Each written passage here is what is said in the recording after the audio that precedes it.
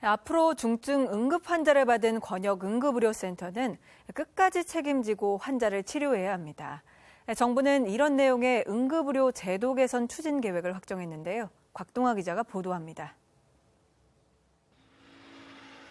지난 9월 교통사고로 크게 다친 2살 배기 어린이가 수술을 받기 위해 10여 곳의 병원을 헤매다 사망하는 사고가 발생했습니다.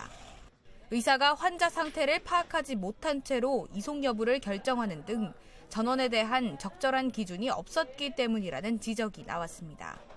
정부는 유사 사고 발생을 막기 위해 내년 3월부터 중증 응급 환자가 발생한 경우 해당 권역 응급의료센터가 이송 여부를 결정할 수 있는 판단 지침을 마련해 시행합니다.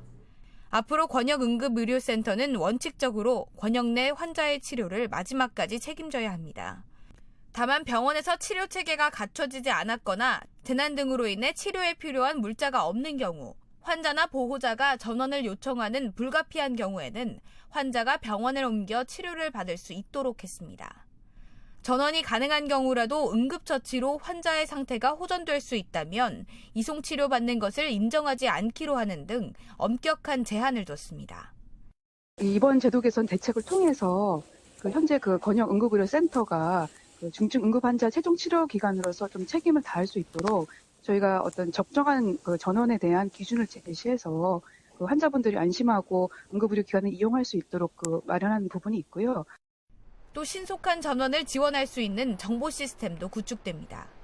그동안 의사가 다른 병원에 직접 전화를 해 아름아름 전원 요청을 해왔지만 앞으로는 지원 시스템을 통해 여러 병원에 한 번의 전원 요청이 가능해집니다.